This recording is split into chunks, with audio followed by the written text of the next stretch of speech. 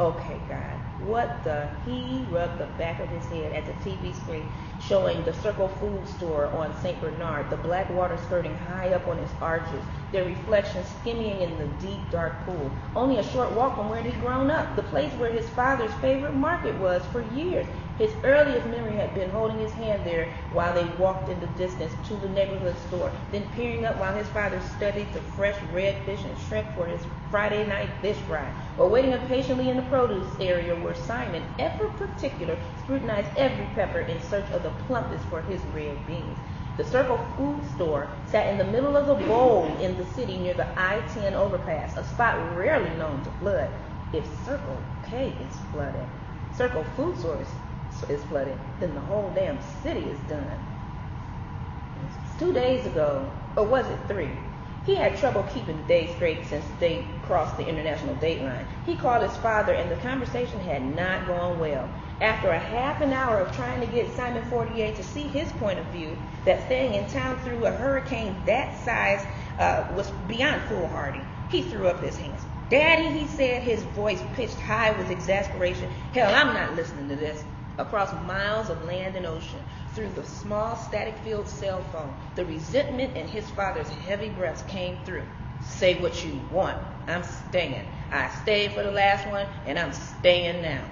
His hands shook. His father was the kind of man who lived by his gut, who prided himself on the wisdom of the still small voice in his head. But this time, Julian believed, the small voice had lied.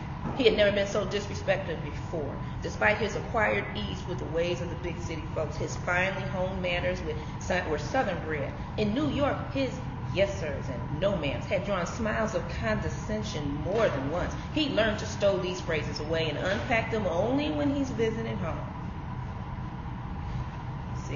So when Simon stubbornly refused to leave the city, Julian opened his mouth and outrolled a fiery litany of admonitions that later would make him feel more shame and regret than he'd felt since he was a boy, catching it for having a mouth that sometimes trounced about in his head. At first he thought the line had gone dead, but then realized that wasn't the case.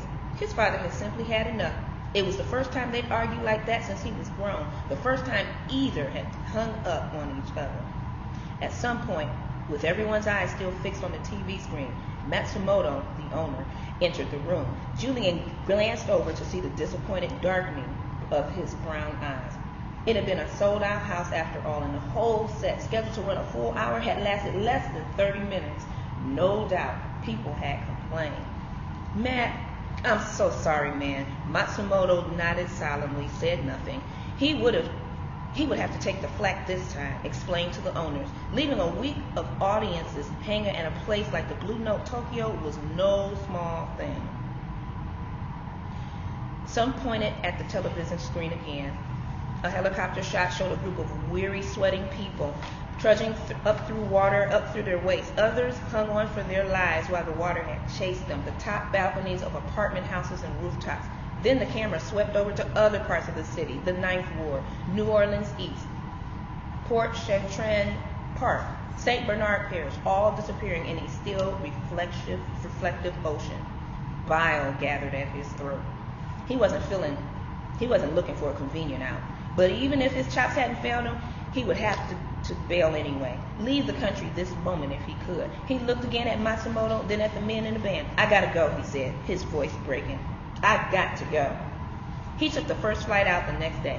By the time he arrived at JFK, sleep-deprived, eyes puffy and red-veined, he wasn't even sure what day it was. He was walking down the concourse of the domestic terminal toward the gate for a flight to Baton Rouge when his cell phone rang. Hello? The static was interrupting, but he recognized Sylvia's voice. Wait a minute, I can't hear you too well. Say that again? His eyes filled with tears. Right. I'll be there as soon as I can. Chapter 3. He'd not been away all that long, but long enough. Like a sharp flavor fading on the tongue, the memory of the thick, damp heat, the kind that wrapped around you like a vine, weighed you down and slowed your steps to a sluggish stroll, had all but dissolved in the time he had been gone. But today, the recollection came rushing back. The air here was nothing like Japan, where the days had been humid, but the winds brought the rains and the rains brought relief. It wasn't even like Brooklyn, where the sidewalks stored the August midday sun and threw it back at you late at night when you waited for a cool breeze that wouldn't come until September. and it was not at all like the sunny part of Spain he liked near the coast, where the nights carried the sweet balm of southerly breezes and the chicas on the beach smiled at you when they brought you the umbrella drinks. And you forget all about how damn hot it was. He'd been all over the world, but there was nothing like this crazy Louisiana heat.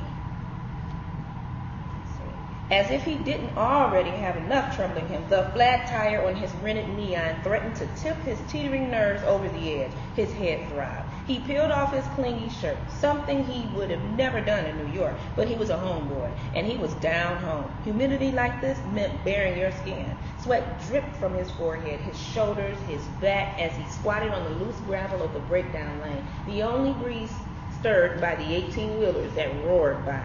Having loosened the lug nuts, he rolled the small spare from the trunk to the front of the car.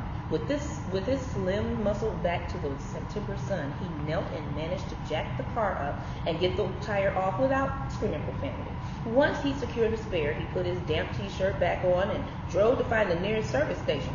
Even in a city not ravaged by flood and strewn with post-storm debris, the tiny donut spare would be too treacherous to drive on. Some of the streets in town had been bad enough even before the storm.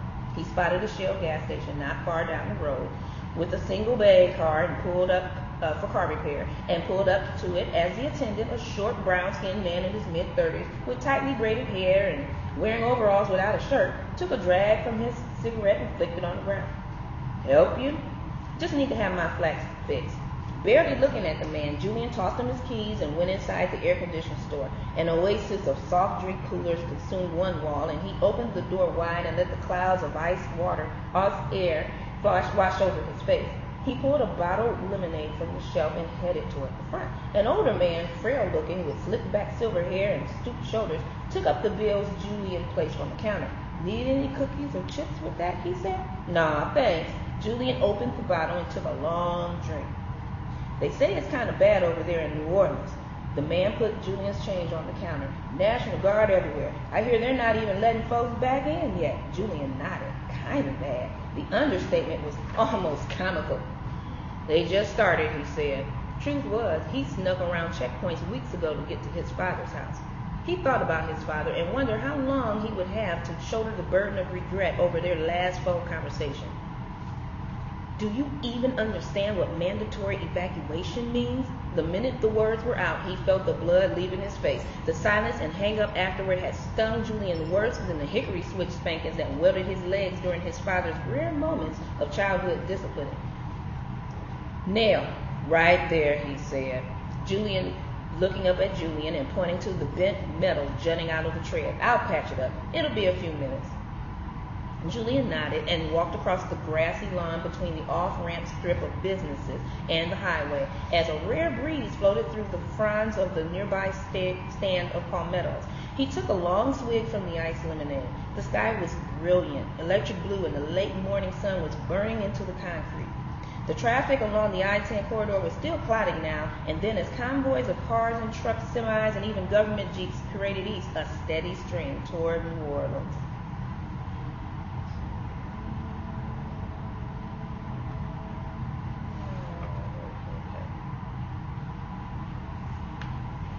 Got it ready for you, ma'am. The attendant was handing him an invoice. That'll be $8.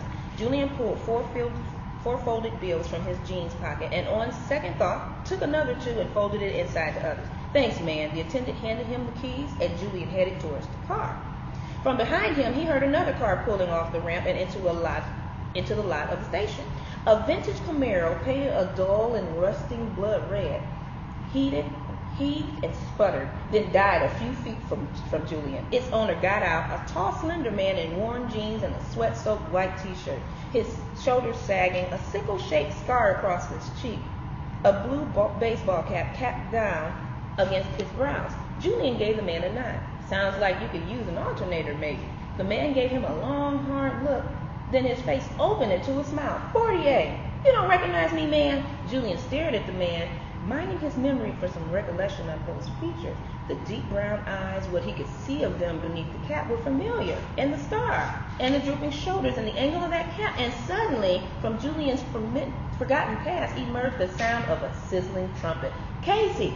He said, "Grady Casey." The man's smile flared into a wide grin that made the scar look like an extension of it. He stuck out his hand and Julian grabbed it, pulling him in for a chest bump hug. "Been too long, man." Since grinning, Casey dug his hands in both pockets and rocked his weight from foot to foot. "Guess I dropped a few pounds since I seen you." "Whoa, I guess you did." Julian nodded, smiled, looked at him up and down. "I didn't even recognize you. Good to see you, man. You playing much?" Casey hunched both shoulders. "Well, you know," he started, and he glanced over his shoulder in the direction of the highway marker, New Orleans. "I was." Julian's mind hurled back to the 7th grade, Mr. Martrell's band class. Grady had been a pudgy kid with protruding ears and a girl's high-pitched voice, alternately Julian's best friend and worst enemy, as the two clashed over bragging rights, each claiming musical dominance over the other. In a town where trumpet players ruled, they had both followed in the city's great tradition. But since their late teenage years, their lives had evolved into opposing sides of the coin. Julian, hard-working, serious, with a passion for music that bordered on obsessive. Casey, careless, unfocused, but with a talent that dazzled, seeming to draw from some limitless source. As a musician, Grady Casey was, as the close-knit community of horn players in town acknowledged, fierce. Their rivalry, most friendly but sometimes strained, had carried underpinnings of one-man upship. Their cutting sessions, intense battles where riffs shot back and forth between the bells of their horns like top-spinning tennis balls, usually resulted in a draw. But when Julian would pull out every stop, lips numbed and forehead lathered in sweat, Casey at the other end always appeared cool and unchallenged. But it had been Julian who left for New York in search of a spot on the big stage, while Casey manned the home turf. He married a local jazz singer, a white woman 12 years his senior, Julian had heard, and taught at a local music school by day and gigged at night, while neon marquees back east heralded Julian Fortier as the jazz world's emerging star. A Grammy followed a top spot on the downbeat readers' poll, while club dates and tours crowded his calendar. His brilliant rival was barely known outside the limits of New Orleans and had no ambitions for them. Okay. Casey squinted from the sun, shading his eyes with his hand. "Your daddy and them okay?" Julian looked away from Casey towards the bend where the highway disappeared into a grove of cypresses. And then he turned back to meet his old rival's eyes. "He stayed through it, man. We haven't found him yet." "Oh, man." Casey pulled a pair of black sunglasses from his sweaty shirt pocket and put them on. "I got 3 cousins still missing. I think they went to Atlanta. At least I hope. Everybody else just, trying to deal." Casey shook his head, his brow furrowed, his eyes glassy. He looked toward the highway. "Man, I just can't believe this mess. It's like Judgment Day or something. You know what I'm saying? You been there? The whole city is wasted, man. You seen your daddy's house? The house is a bust, man. I just want to find my father." "I know, man. I know." The awkward silence passed between them. Finally, Julian said, "What's the deal with your car?" Relieved to return the conversation to mundane car troubles. "This piece of crap, this ain't even mine, man. It's my brother's. Mine's 6 feet underwater." "Got my horns out, though, man." Casey smiled. "I left everything else there. Just grabbed my 2 B flats and my cornet and my flugelhorn." Julian smiled. "I heard that." "You know what, man?" Casey said. "What?" "You were smart to leave." He had his head hanging and his eyes downcast. Julian felt less than a smart man and more like a traitor. When he left for New York, Casey had all but called him that, since Julian was so willing to ditch the brass band they had recently formed together in favor of a possible solo recording date and a slim shot at a big-time career. "Record? We could do that here, man," Casey had pleaded. But even before he'd packed and said goodbye to his father and boarded the last flight out of Louis Armstrong, Julian was already gone. "Well, you tell your old lady I said hey." "Will do," Casey nodded. "You married yet?" "Nah, man." "Oh, that's right. You had that one close call, but you got away."